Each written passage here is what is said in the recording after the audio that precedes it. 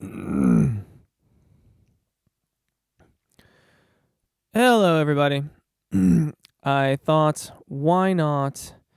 um, why not get started here a little bit earlier, since everyone's popping up on the questions that I would just jump right in. So, welcome to this week's live event. I know I'm getting started early, but why not?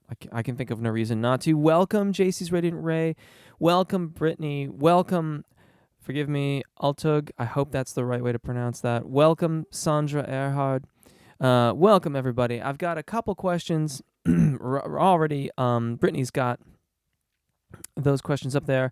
And Altug, I was going to talk about that too. So let's just dive in. Thank you all for joining me. Hello, Maestro, or hello, Aldo. Thank you. Um, yeah. So let's dive in. If you've chosen to subscribe, thank you. If you haven't yet, I hope you'll consider doing so. This is the live event. I gotta adjust this. I'm feeling like I'm slouching. We must not slouch. Ryder Sept. I'm glad that you're warming up with those. Thank you. Thank you very, very much. Okay, so Brittany. Let me scroll back here. Okay. This is a really, really great question. Was wondering, my voice seems to be amazing a few weeks and horrible the next. How is this possible while still practicing regularly? And also, how important is ab strength in regards to singing? Okay, so last question first. How important is ab strength? Ab endurance, I think, is more important than overall strength. You don't have to, you don't have to be like a bruising, muscular individual in order to sing. But the consistency of engagement and the tenacity of that engagement, I think, is really, really important. I am not one of those teachers that advocates additional core training exercises in order to try to strengthen your singing. However, those exercises can inform how the musculature works. So, like some yoga, some stretching, maybe Pilates, some other ab exercises can be really helpful in toning up the musculature and gaining some strength. But more important is how it works and how to feel it, how to have your consciousness engage with it so that you're really conscious of what those muscles are doing. In terms of vocal consistency, now, Brittany, I don't know exactly what your regimen is like, and there could be many different variables that are creating your inconsistency. But our voices are fairly sensitive instruments, so changes like abrupt changes in temperature can have an impact on our vocal quality. What you ate that day, like if you've changed your diet or if you've had some food that's unusual, noticing how those things impact your voice can really, really help on your vocal consistency. And for me, speaking for myself, the seasons of the year can have quite a dramatic impact on my vocal delivery as well. The colder months of the year can really, really kind of get my nose going and get a lot of bit of gook and mucus, and the cold nights can have an impact on me as well. Now, having all that being said, depending on where you are in your personal development, how long you've been practicing, and I don't mean in a day, I mean in terms of the overall grand scheme of things. If you've been a dedicated practitioner of the vocal exercises, and I know they're called warm-ups on the channel, but they're really technical exercises. If you've been doing those for 6 months, then I would expect your consistency in a given skill set to be getting reasonably consistent. Everything in the zona de passaggio and above the secondo passaggio, however, is on a different scale. So that can take even longer to become truly consistent, like really, really reliable. When you start talking about having a vocal practice of years, then your vocal consistency will weather, pun intended, get it? Like the weather, the changes of the seasons of the weather. It'll weather those changes more easily, and you will have overall more vocal consistency. But quite frankly, I think, speaking for myself, I have my good weeks and I have my bad weeks. The difference is that after years and years of vocal practice, training, studying, and continuing to study, really, there's not a ton of individuals that will really notice a difference. I will notice a difference. The people listening to me won't necessarily. And that doesn't, you get accustomed to that over time. It can be disconcerting at times, but but the outward presentation doesn't really change. So long answer to what it would appear to be a short question, but you will develop more and more consistency the longer that you maintain your practice. And the longer you maintain your practice, the fewer individuals will really be able to tell when you're feeling great and when you're not feeling entirely on your A game. So, alto. So now, for those of you that are kind of new to this live event thing, or are new to the whole, like, what's going on here on my channel, there's a group called Sequencer on Facebook that I started to be an area where we could share, information and really talk about the sequences that we're constructing with the use of the guidebook. I have made a guidebook to the YouTube channel, which I released, I think it was just a week ago. But in any case, Alto had a question about these phrases, and I said you need to sing a descending scale at the end of the phrase. So to simplify this, I'll play you here. I'll do it here. So let's say you've got a melody that goes,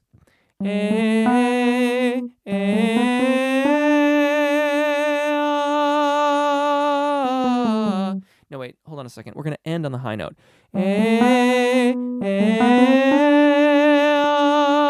And that's where the phrase ends. So it stops right there, okay? And I listened to what Altug posted, and what I was asking you to do was this. So remember the melody I just sang. What I want you to try to do is work into your practice this.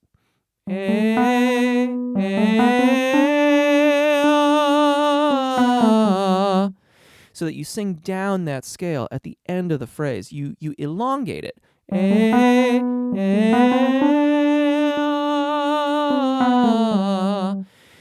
And what you're learning to do when you do that is to keep your engagement and airflow going all the way to the end, and in fact beyond the high note in your phrase. And then what you do is you take that out.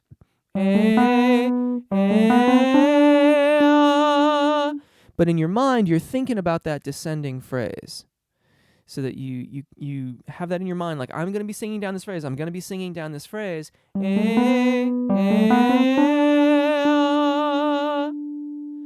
But you don't do it. And try to notice the difference between before the practice and then afterwards. And what you're training to do here is to keep that engagement, keep the airflow moving through the end of the pitch.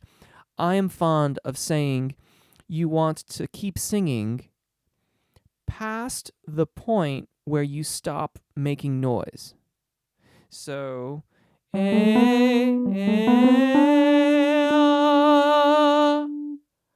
still lifting, I'm still engaged, I'm still maintaining my expansion, and then I relax, because now I'm done. That's the practice behind that. Let me see here. Okay, so the next question up is, Aldo, what's the difference between Bel Canto and SLS? Ooh, that's a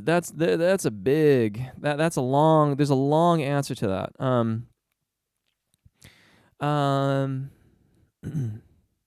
Goodness, can you be more specific, Aldo? Because that's the kind of question that, I mean, there are certainly many things that are similar about them, but I think that they approach vocal education in fundamentally different ways. If you can be more specific, please do so, and I will answer to the best of my ability. If you cannot or do not wish to, then that's fine. Just tell me, no, just give me what you got, and I'll address it as best I can. Paul Moranful, hello, and hello to you. JC's Radiant Rays talking to Altug. Jacob Vasquez, hey Jeff. Is it better if I warm up with a daily warm-up or just a normal warm-up before singing? Depends on the repertoire you're singing and how your voice is responding. If you are really responding well to just a typical warm-up, then do that. If you respond better to a daily warm-up, then do that. I don't know that there's a ton of difference between, and certainly there's a couple of the warm-up videos that are more specific, and are really, really focusing on specific vowels and skill sets.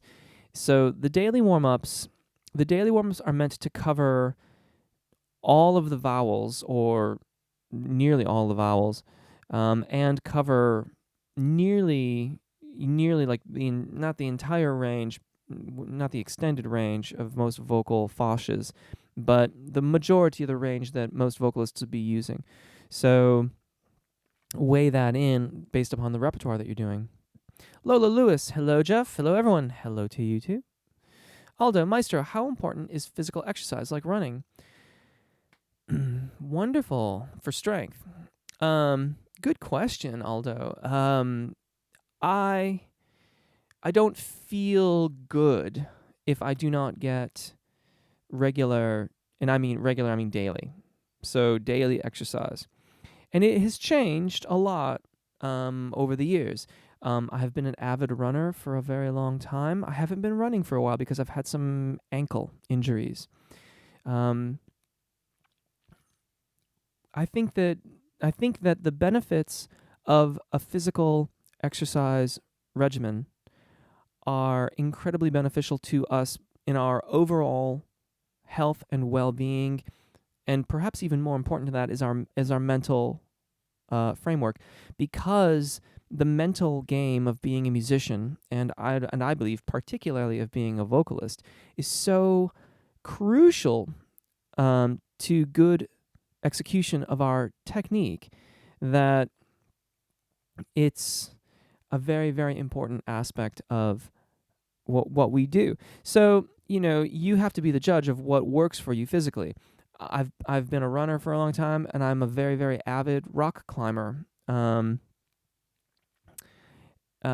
of those things satisfy my need for physical exertion, such that I'm comfortable with with the way that they leave me feeling when I'm done and ready to sing.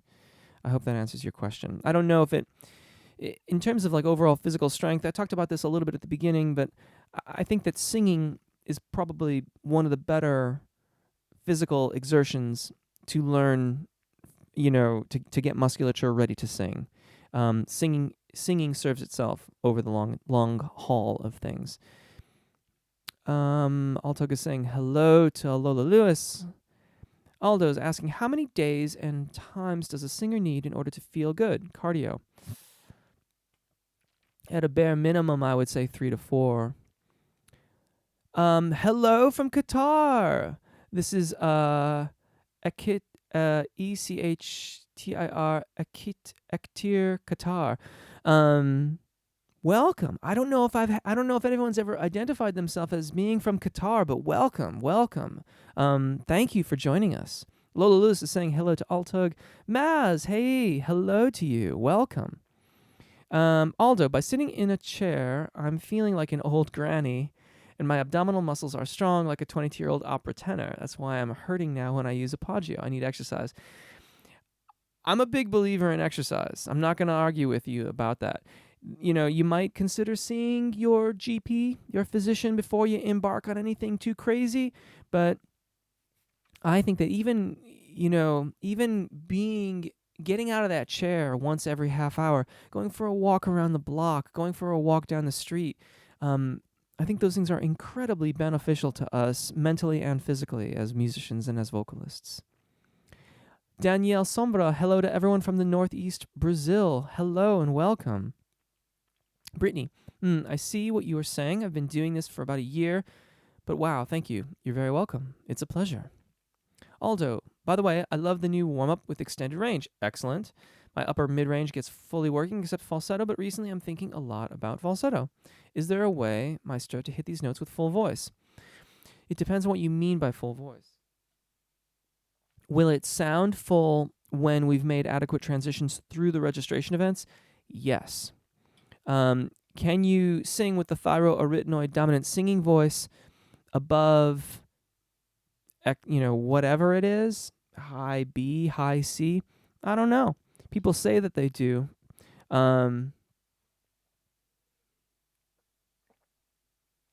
If they do, I don't know how sustainable that is. But falsetto is all too frequently, because of its usage, right? We think of falsetto as this light, airy sound.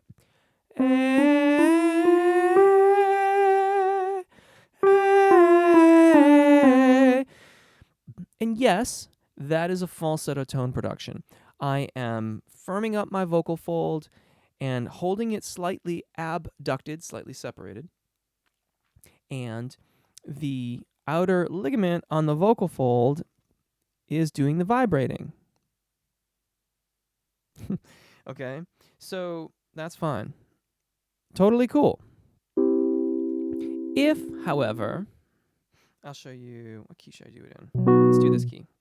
So if I'm here, though, and I'm really, really conscientious about making transitions through my zona di passaggio, and in this case, I'm going to go through the primo, secondo, and the next one above that, right? So you've got A. Right about there is my primo passaggio. That's my secondo passaggio, give or take. It's really between that F and F sharp. So primo's in the middle of that.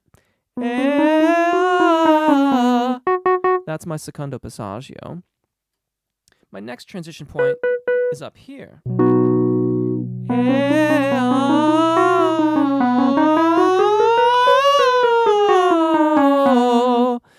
It takes a lot of energy and a lot of airflow to keep the voice adducting properly, commensurate to the range that you're in. But when you do that, falsetto tone production doesn't really sound like we typically think of it.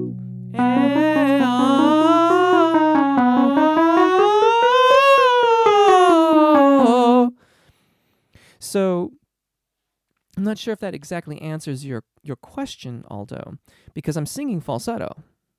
Like, those top few notes are in what would be considered my falsetto range, but they don't sound as you would typically think of falsetto sounding. When falsetto is utilized in the appropriate range, and for female voices this is flageolet, in the appropriate range, it's not, or it doesn't have to be, light and airy.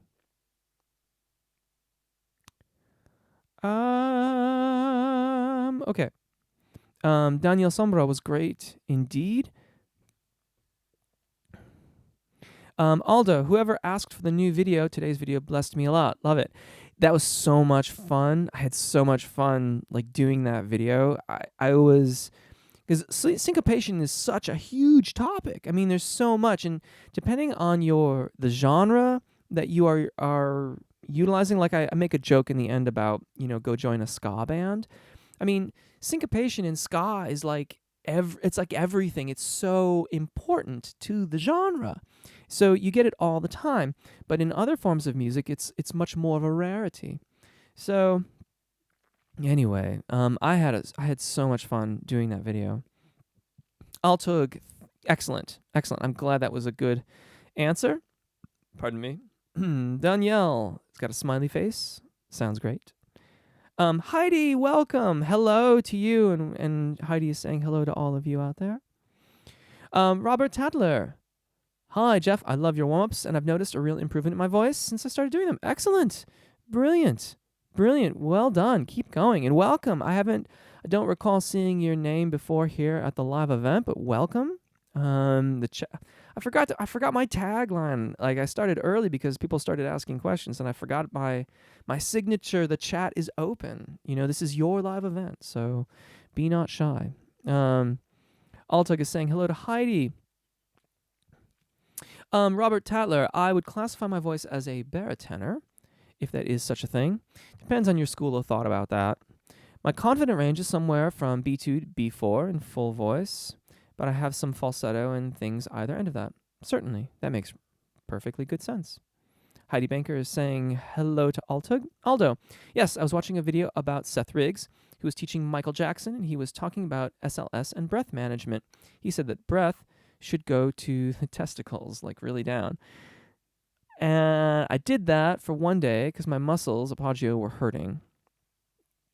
Then I run for a couple hours and I got back to apagio because that's the pro method. By the way, any new video for apagio, like a video before warm-up, if you can do Maestro, that'd be great. Yeah, I'm going to do a new video on support. It's going to be called support. It will be about apagio. But yeah, I've heard like the Seth Riggs thing with Michael Jackson where he's like warming up and stuff like that. I wonder if that's like legit. I haven't like checked Snopes to find out. It kind of sounds like Michael Jackson, but it's like they're doing it over the phone, so I have no idea.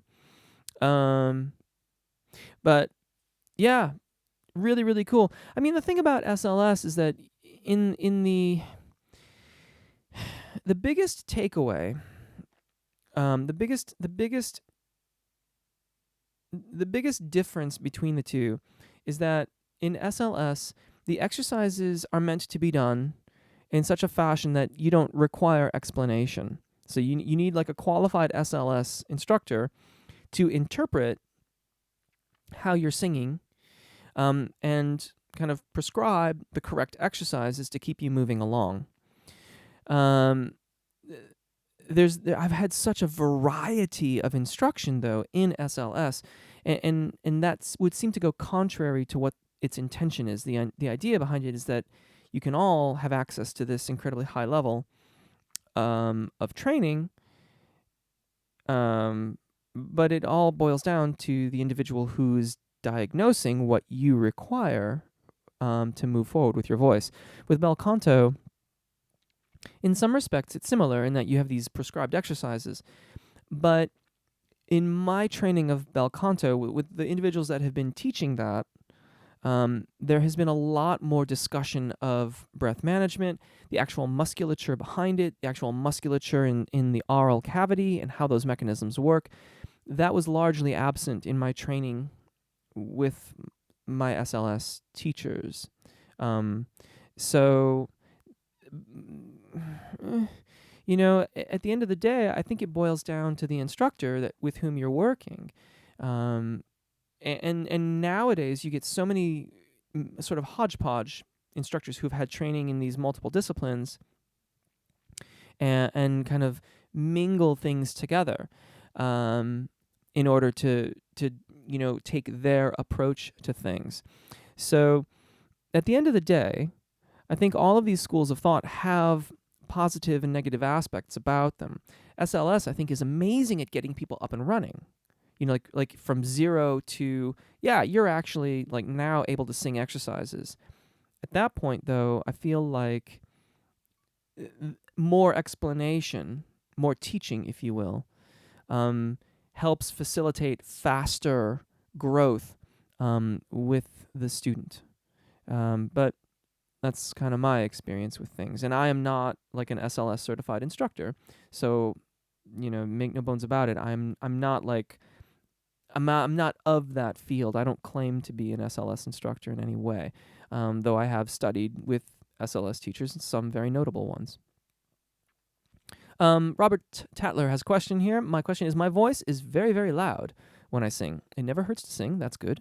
So I figure I'm not doing anything wrong. But do you know what it is I'm doing that's making my voice so loud?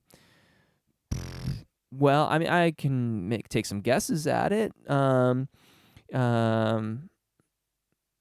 If it's not hurting, then it would be safe to say that you probably have a really, really good engagement and airflow. The airflow would be commensurate to range. So wherever range, you're being dynamic with your usage of engagement and airflow. Volume in the vocal instrument is what is called a non-linear occurrence. If you want the scientific explanation of that, search for it. It was an article in Scientific American like about a decade ago. And it's possible that there's been more research on the topic, although mostly it seems like we've been researching more about the musculature around the vocal fold. But anyways, the idea is that we have to have vocal release And we have to have soft tissue release in the oral cavity, so like the cheeks, the soft palate, the nasal pharynx, because those tissues vibrate sympathetically to the the vibrations that the vocal fold proper is creating. And when these things work in consort, then you get much more volume than you would if you were only just having the force of the airflow over the vocal fold. And that may be part of what you're doing too. So you're staying nice and loose in the oral cavity. You're getting some of those sympathetic vibrations going, and you're getting a nice, big, luscious sound. And that's great. Hopefully, it's serving you well. Yeah, but like I said, if you want a more in-depth scientific explanation for that, do a quick search. You should still be able to find it. And if you cannot find it, then go over to Sequencer on Facebook if you wish, and get on the group. You have to ask to join, and I can make it available via Sequencer. Striker saying hello to all. Susan Taylor, hello everyone. Finally was able to log on. Slow internet. Indeed, I can take. Oh my gosh, I'm doing this via Wi-Fi. I didn't realize I forgot to plug in my Ethernet. Huh. Hopefully the signal's okay. Oh no, you're in your third week of a nasty flu bug. Still have my voice back. Totally, really frustrated. Seriously, I don't know if you have the same thing that I had, but it was weeks. I mean, it was weeks and weeks. I'm finally starting to feel better. Aaron Justice, what is the tenor vocal range? Depends on which specific tenor fosh you're speaking of, really. You know, you can look at that on Wikipedia. It's fairly consistent. If you want the one that I particularly reference, look for Richard Miller's page on that. But basically, the primo passaggio is around C4, C sharp 4. The secondo passaggio is F4, F sharp 4, in that general area. And then ultimate range varies from fosh to fosh quite widely. I mean, you get tenors that will get, you know, quite they'll get some low notes, and some that will get, and not that many high notes, and others that will get ridiculously high notes. It really does vary a lot by fosh. Gvidan Stamboltsian. Hi, Jeff. What kind of mic would you recommend for performance? Ooh, I love these kinds of questions. What's your budget? How much do you want to spend? I'm a big believer in spending as much on microphones as you can. That, however, sometimes becomes problematic. You know, you can't go wrong with an SM58. They're cheap. They are bulletproof. I mean, you can probably use it to pound in a nail. I'm not recommending that, and it would still work just fine. You know, they're about $100 give or take. You can probably find one used or in good condition for less than that, you know, $70-$80. You know, if you want to pick something out that is a little bit more high end, you can't go wrong with a Shure Beta 52 or Beta 58, excuse me, Shure SM58 Beta. Those are great, and it will serve you well. But then there's so many microphones. If you can get to a shop that you can try them out, that is the best thing to do. But, you know, Audix makes some beautiful microphones. The OM5 is cool. The Audix OM6 and OM7 are great. I have an Audix OM6, which I'm very fond of. Probably one of my favorite stage mics is a Sennheiser E835. Those are awesome. Very, very lovely, forgiving microphones. This is a KMS 105, which is probably my favorite stage mic of them all. But if you are going to a club and the engineer isn't familiar with this mic, it can be very bad. I enjoyed a Shure SM87A Beta as well. I tried plugging that in at a club, and they weren't ready for it, and that was really, really bad. I love this mic for acoustic gigs. If I'm playing acoustic guitar and singing, it's great. For high-volume rock shows, I'm more inclined to use the OM6 or an SM58. Honestly, it depends a lot on your voice, your environment, but if you can check them out before you buy, that's ideal. Aaron Justice, I have read so many things about the tenor range, but they all end up getting a bit confusing. Yes, and different vocal schools will define tenor differently as well, which doesn't help with the confusion. The main thing to keep in mind is that tenors will have their secondo passaggio between E4 and G4. And where it lies in that area will say a lot about their fash, their type of tenor, what type of tenor that they are. And then you start having to look at all the other characteristics of their voice. You're like, what's their low register like, and how low do they go? What's their high register like? Is it really robust? Is it kind of lyrical? Is it light but still full? Like, what are the characteristics? And then you start to really get into the fash, the types of tenors that exist out there. Daniel, how many minutes do you think is okay to sing every day with full voice? Or is it not good to sing every day? I sing every day. I don't think that's a problem. If you're singing every day and you're using proper technique and engagement and airflow, then I don't really have like an upper limit. I can easily sing in lessons in my own practice in excess of 4 or 5 hours on a given day and not be any worse for wear. If you are using your full voice and pushing it, and you're straining the thyroarytenoid muscles to sing notes that are too high for the thyroarytenoid dominant singing voice, then you're going to have to give some consideration to limiting your time. Heidi Banker. Yeah, I do. You know what? I have there's a whiteboard right in front of me, but it's like the full size one. That's a good idea. That's a really good idea. Heidi, do you mean like here in the live event, or just in general, or on the videos? That's a really, really good idea. Aldo is great, thank you. You're very welcome. Sandra, I'm in a bit of a dilemma. I'm training in classical opera solo singing, and I also sing in a church choir with mostly untrained, but nonetheless very good singers. My voice is just so much stronger than everyone else's due to my solo training, so I have to hold back so much that it impacts my voice in a bad way. I get very tense. This is a tale commonly told, because I need to cut back a lot on the volume to not just overpower anyone, and by doing that, my technique gets very weak. Any advice on how to cope with this problem? Yeah, that's a tough one. You need to respect the lower boundary. So there's a lower boundary beneath which, and it changes depending on what register you're in, where you are, in your vocal range.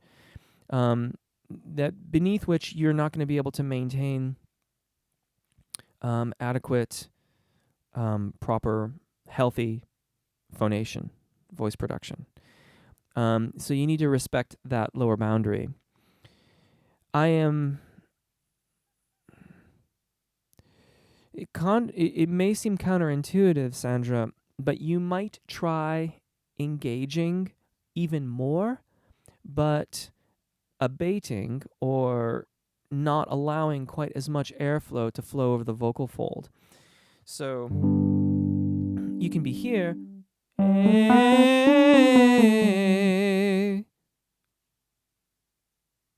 Uh-oh.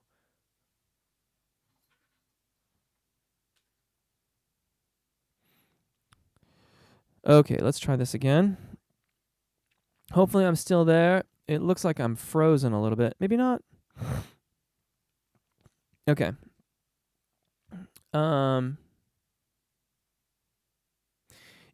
more that you engage, you have more control over the overall airflow that you can allow to go out over the vocal fold.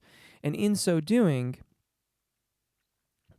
you'll be able to attenuate your sound. So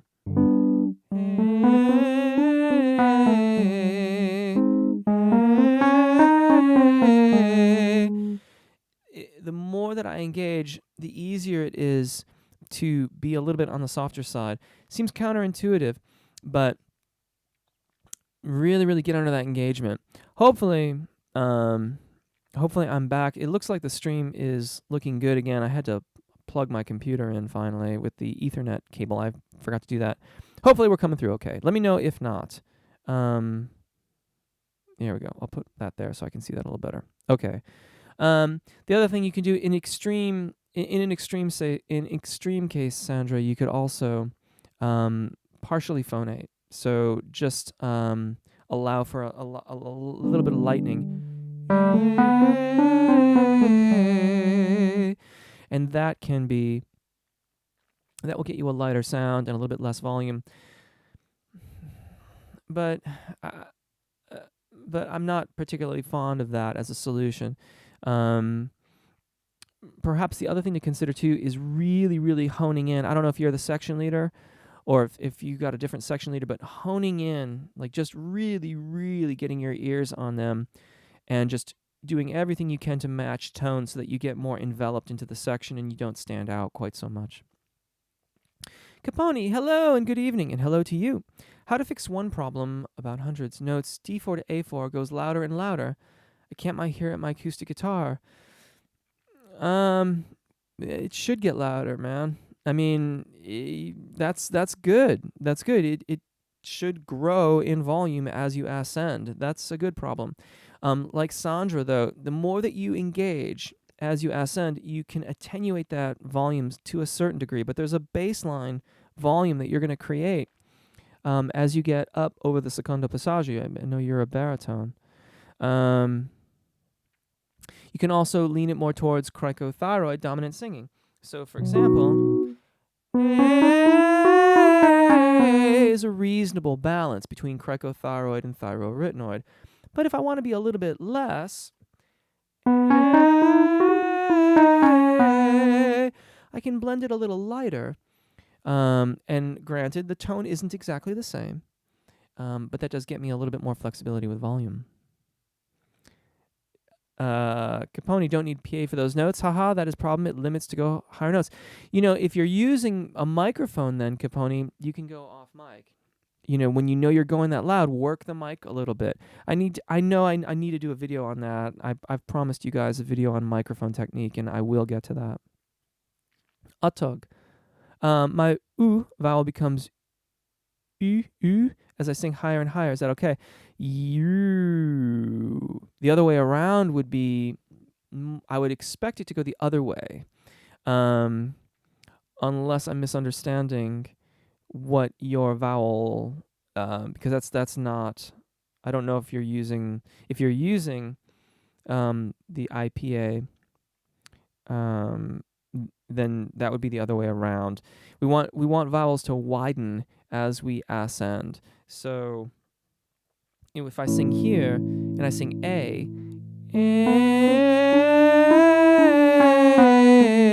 you can hear it slowly open up to eh.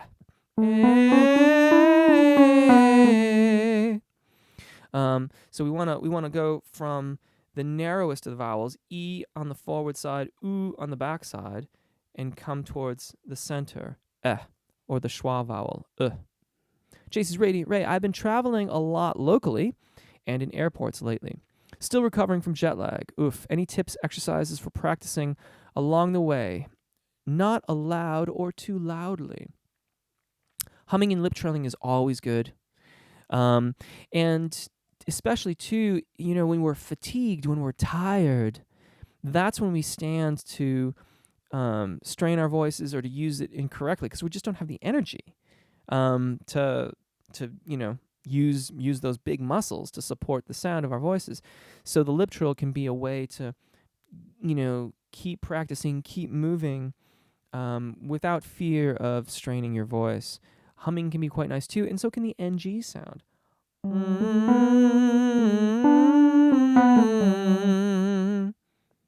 And that would be a good way to do it as well.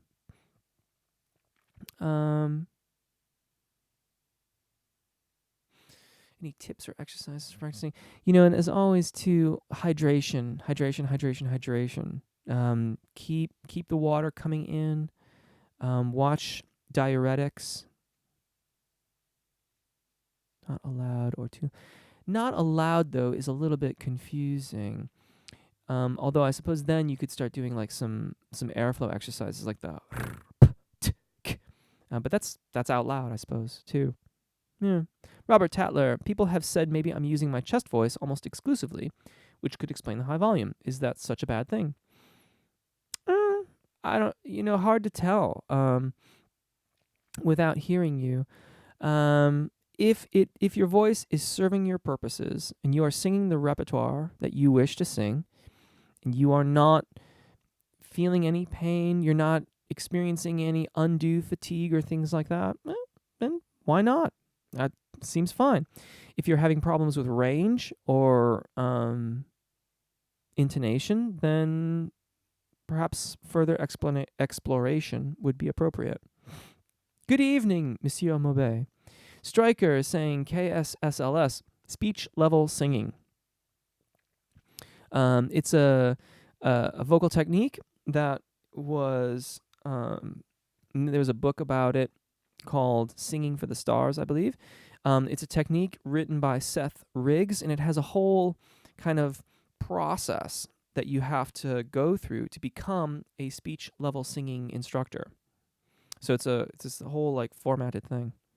Vincent Maggiano, does smoking weed affect a singer's voice? I tend to think yes. A bigger concern is your overall health. I gotta say, I don't really know a whole lot about marijuana. And you and your doctor will be better judges on its overall health implications for you. But generally speaking, hot combustible fumes over my vocal fold is not something that I'm gonna subject myself to on a regular basis. You may consider if you want to partake, but don't want the heat. The heat is the main thing right there. Then perhaps like a volcano, which vaporizes the marijuana into a big baggie, and then you can, do that. That was in Super High Me. Which is on Netflix if you're interested. It was really, really fun. It's really funny. Stryker Cannell is saying, what is SLS? And Altug has talked about it, and so have I. Stryker at Vincent. Stryker at Altug. Vincent. Okay, cool. Mine neither. Thank you. Stryker Kane. Cool. Gvidanan Stamboltsian. Could you make a video about posture? I'm wondering how to stand and how to find new sounds in the body. Yes. I'm shocked that I haven't done that yet. But I'm happy to. Thank you for bringing that to my attention. Aldo, anyway, I was just wondering, Maestro, because in February I'm creating my Hackintosh and I'm starting my mixtape. So these days are my final from my 1-year studying period. Just checking things in every field. Excellent. By all means, keep going, man. Aldo is talking at Altug. Aldo. Still probably talking at Altug. Altug is talking to Alto. And Aldo and Altug are talking. Altug, what is the tenor's ping? If you're asking me, that's also referred to as the singer's formant.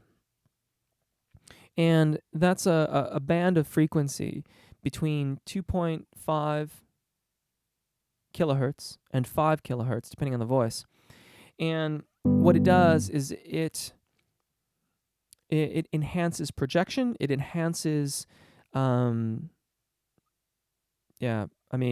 basically everything. Probably the most important thing about it is that it makes you sound in tune when you are in the zona de passaggio and above it. So, by way of example, speaking of hydration.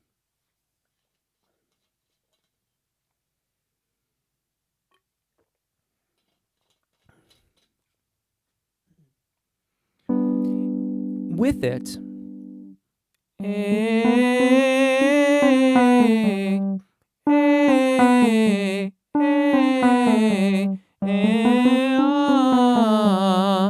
if I include that resonance in my voice, then there's a projection that comes through, and I sound in tune in this range of my voice. If I remove it,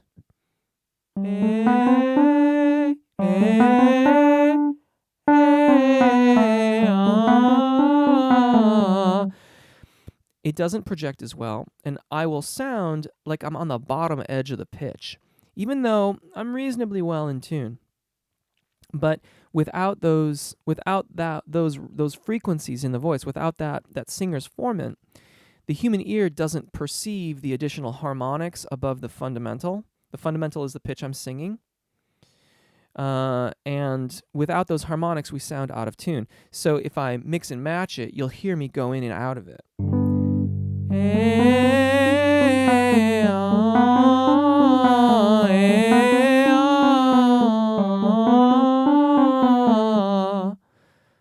Hopefully that answers your question. Aldo is talking to alto. Alto is talking to alto. Heidi, I have a small lightweight board so I can spontaneously draw ideas for my students. So yes, a small one for live events. Cool, that's a great idea. There's no reason that I cannot have one, so I will get one of those. It's such a good idea.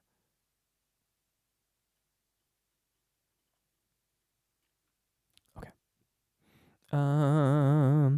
Aldo is talking to Altug. Aldo, singing with Apoggia. That's why opera tenors don't need microphones. JC's Radiant Ray, you are coming through fine. You do not freeze for us. Everything is great.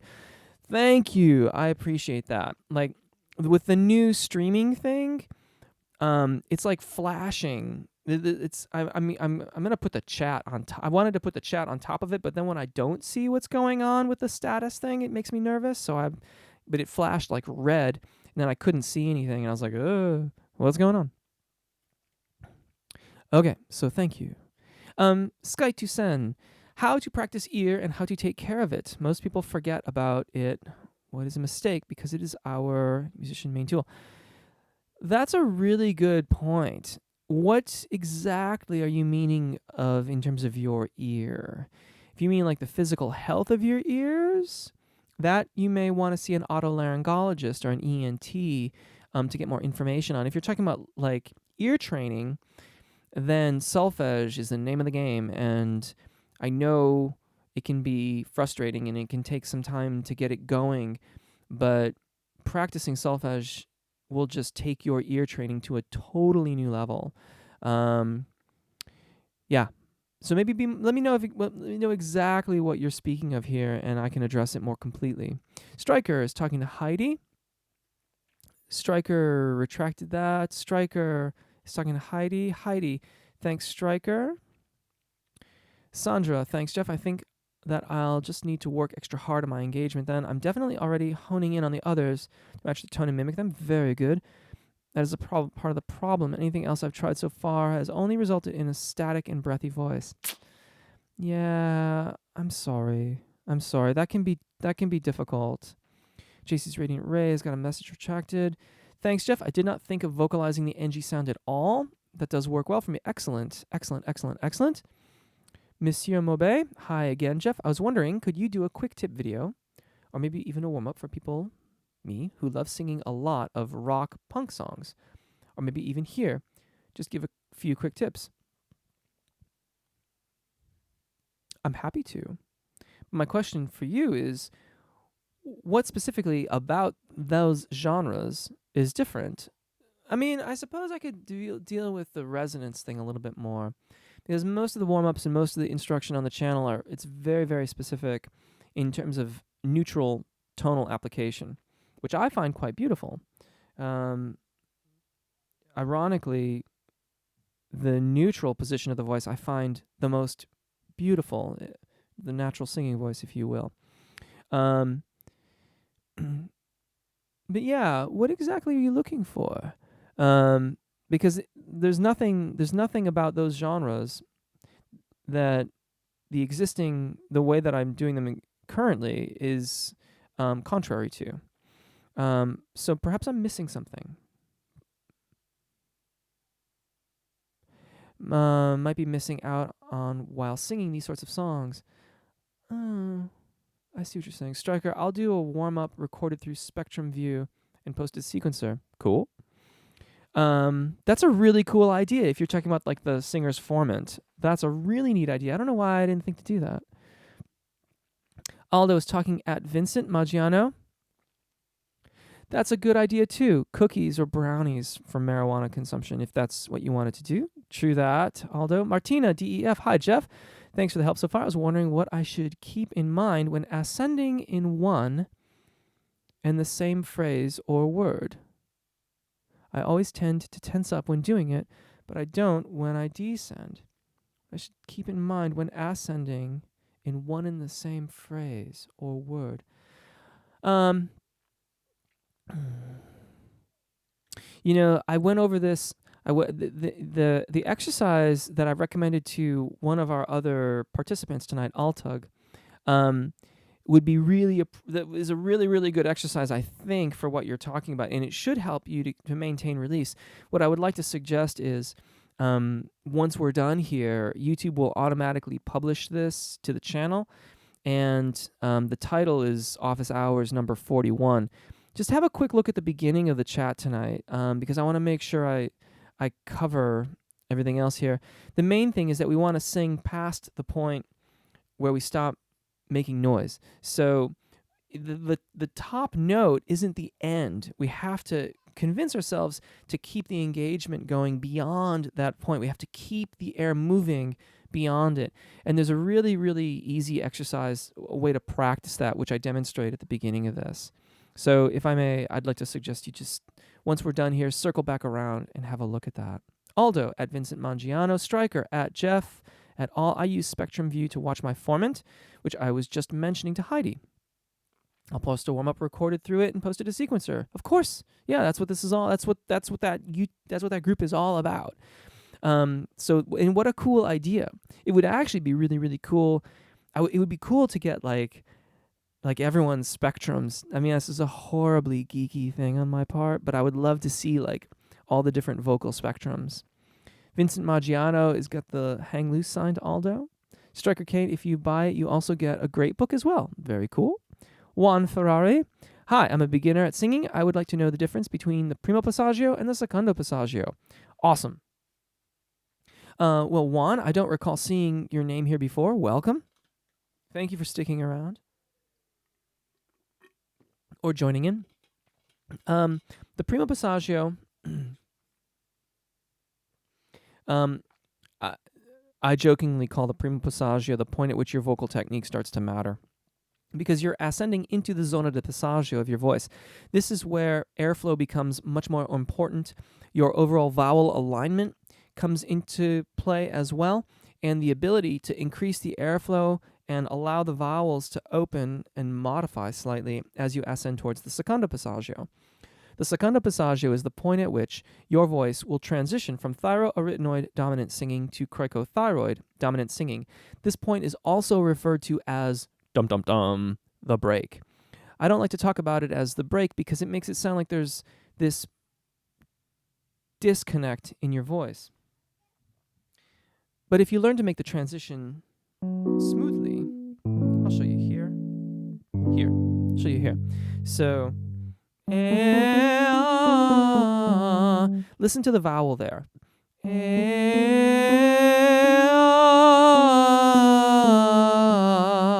You can hear how it goes from A to a kind of A like eh, and then it goes to, and then I switch to ah, and that ah is pretty open and eh like, and then it becomes ah quite definitively.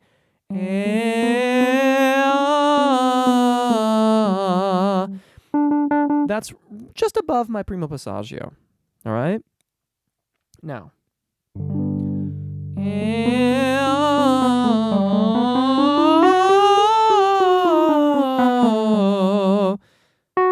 There's my secondo passaggio. It's right about there.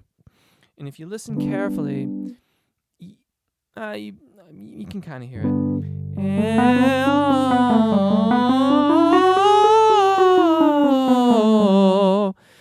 And when we practice and practice and practice, we smooth that out, and it becomes less and less noticeable over time. So, anyways, that's the secondo passaggio. Usually in an untrained vocalist, that's when they'll get a falsetto tone production. But it doesn't have to be that way. But you have to learn to make that transition. If you're really a new vocalist, if you're really a beginner, that's not, I mean, be aware of those things, learn about it, but that's for later on. Work on getting your vowels aligned in your thyroarytenoid dominant singing voice, your chest voice range, and establishing really, really good airflow in that range of your voice. Once you have that, making your transitions through the secondo passaggio will be vastly easier. Just focus on the chest voice right now. There's plenty of exercises for it in the beginners playlist, and also in any of the warm-ups on the channel that do not say full range. So stay away from the full range warm-ups for right now for your Fosh. Karina, hey, you're in Macau. But better late than never. Welcome, and thanks for joining us remotely. That is so cool. It's great that you're here. Thank you for joining us. Nancy, hey, Jeff, I have a problem with phrases like 1, 9, a mine, because they are all nasally sounds. They don't sound bad, but they are all nasally. And does pop singing require a nasal resonance? Good question. Really cool question. Okay. I wonder if you're singing into the diphthong. That's my first question there, is that, are you singing 1 and then using the N to end it, or 9 and then ending it with the diphthong, or if you're singing 9 or 9, where we call it singing into the diphthong. You're singing into that change. Stay in the vowel there. Mine.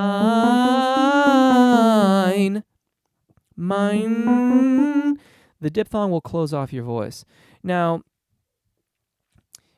the different genres require more or less of what is commonly thought of as nasality, what I would refer to as the singer's formant, or the mask. And in particular, I would say that pop music and theater music require more of it because the onus on intelligibility is so high. That being said, there are always exceptions, and if you are making your own music, I think that you should feel free to make the music that you want to make.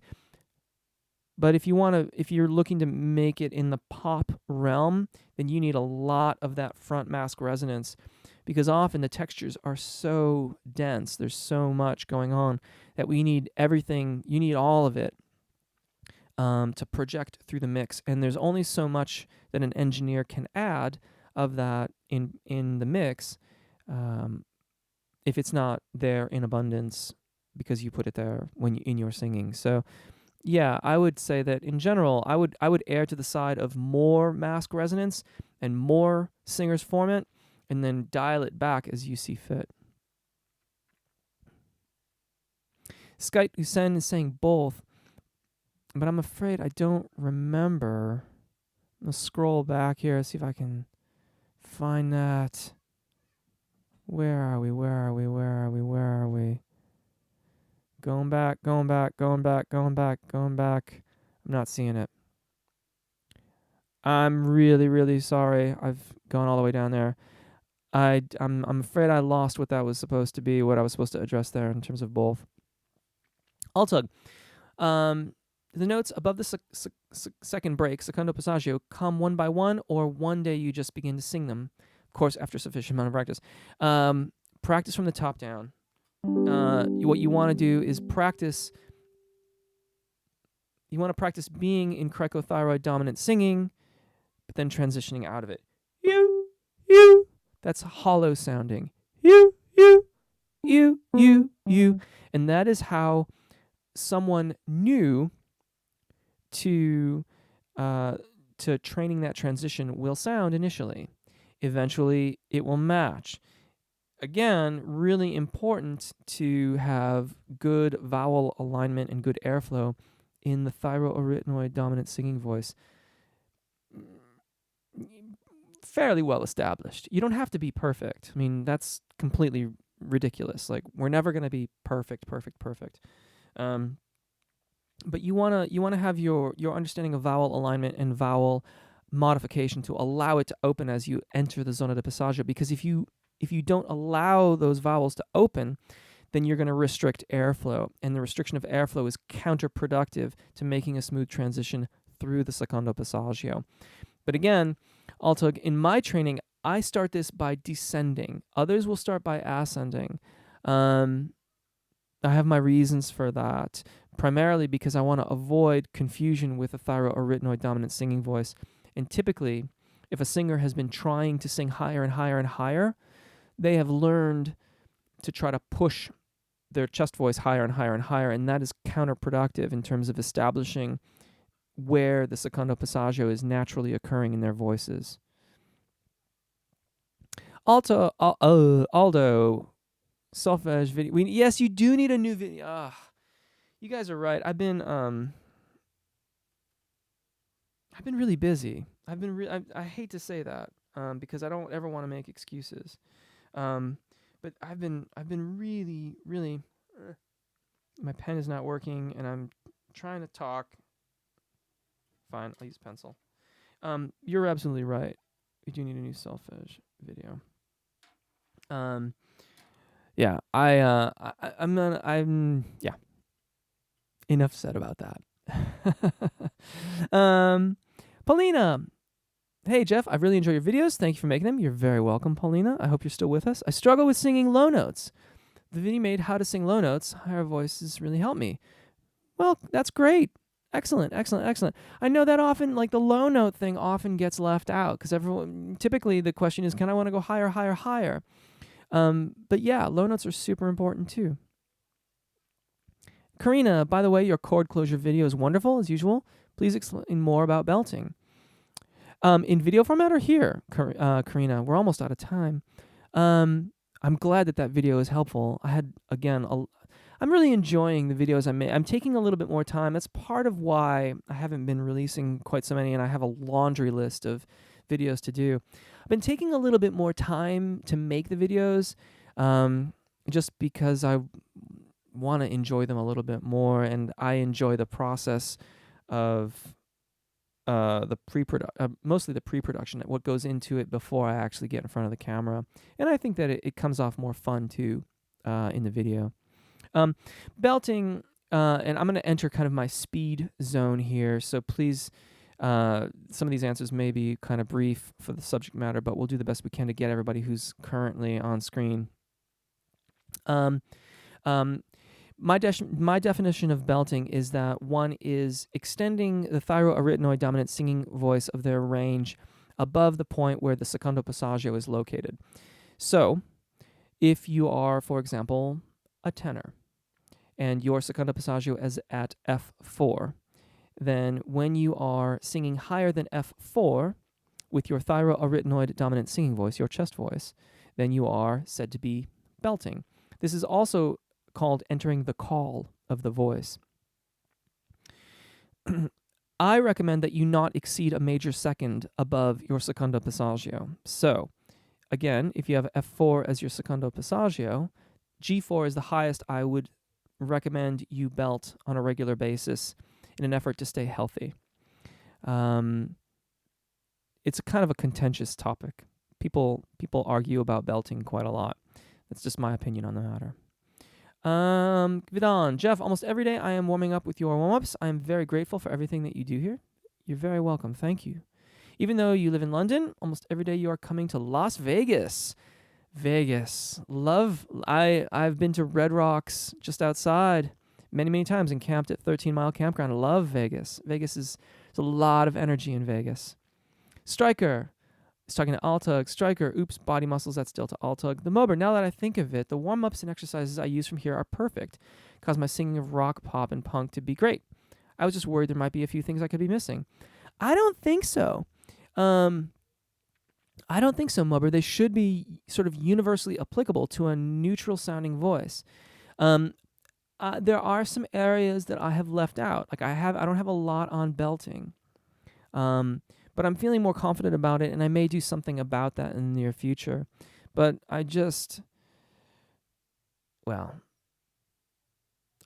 know what I'm thinking about. I want to make sure I'm delivering good stuff to you guys. It's very, very, very important to me that the teaching that I do is thorough, helpful, and reasonably well vetted.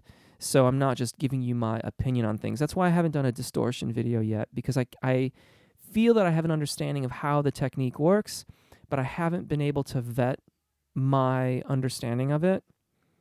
So I haven't done one yet. Karina Chen. If you go to Facebook and then do like facebook.com, I think it's just like /sequencer, and you should find that group. Just ask to join and I'll okay you. The Mobert jumps out. I have a few problems with words beginning with S. I have a tiny little bit of a lisp. By the way, any update on the Hangout for singing? I'm pretty much ready to do that. I just need to get a group of like 4 people to do it with me on the open mic, the live event open mic thing that I want to do. In terms of a lisp,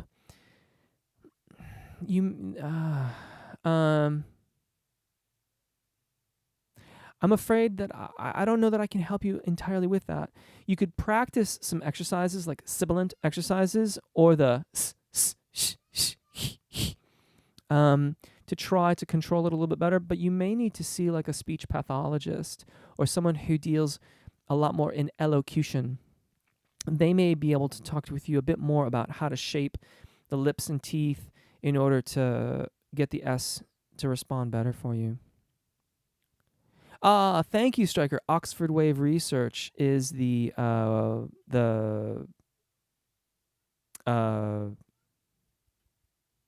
spectrum analyzer. Thank you. That Stryker's talking about. Thanks. Remove spaces. Got it. Very welcome, Karina. Karina, how about giving us some twang exercises, Jeff? Oh dear. Are we gonna go? Twang is in the southern. I don't know if I'm qualified to do twang. I can certainly do more mask resonance and things like that, but twang is another matter altogether, and I don't want to be inaccurate with that, because if you're talking about like a southern drawl, that is something all into itself. Juan Ferrari's thanking me. You're very welcome.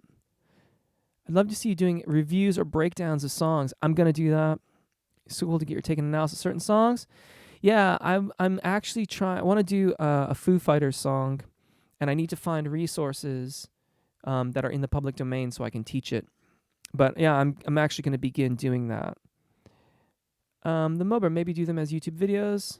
Yes, exactly. That's why on Twitter I asked like earlier this week about what songs people were working on, because I wanted to get some ideas about what people were listening to and maybe what I could break down. You know what, Karina? I don't think I've done a video on diphthongs, but I don't know why I haven't done a video on diphthongs, but I will. Actually, you know what? There may be some of that in the lyrical phrases playlist. If you go on the channel, there's a playlist called lyrical phrases or something like that.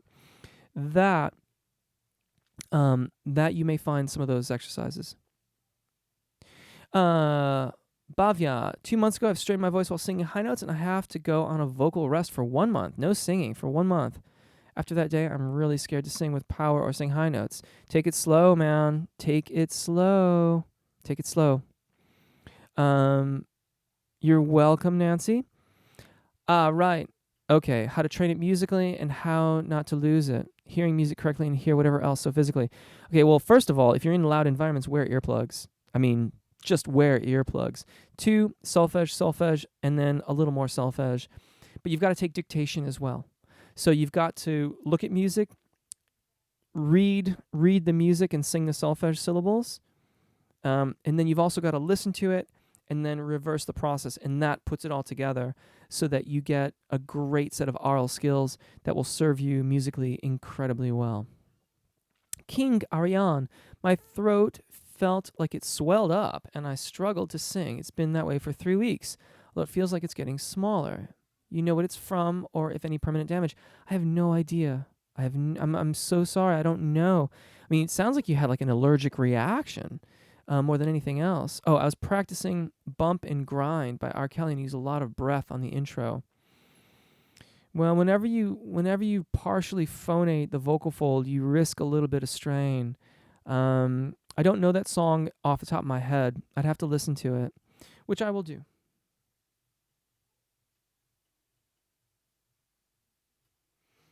And I can address it next week.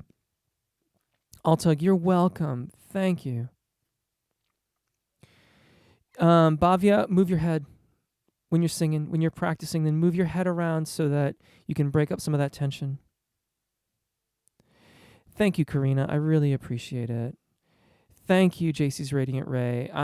This was really, really fun. Looking forward to the microphone technique, how to work a mic video. It would help me with the Yes, of course. Of course, that's a great, great observation. Thank you. Thanks for this session. You're very welcome, Heidi. You're very, very welcome. Good luck with your new tune. Have a great week, everyone. Heidi is wishing you all a great... JC's Radiant Ray is wishing you all a great week. Vincent Maggiano, thanks, Jeff. Appreciate everything from you. These have been very helpful. Excellent. Thank you all so much. There's a few more goodbyes and thank yous. Really, really, really appreciate it. Great session, everybody. Had so much fun. Stryker has sent you, Karina, a link to Facebook, so you can do that. Thank you all. Thank you for the questions. Awesome session. Keep singing. Keep going. As always, take really good care of your voices. Enjoy singing. I'll see you again. If you're on Sequencer, let me know if you'd be interested in trying to do the global open mic, and we'll do that. And that's about it. I'll see you next time, everybody, unless I see you in the comments or anything else like that.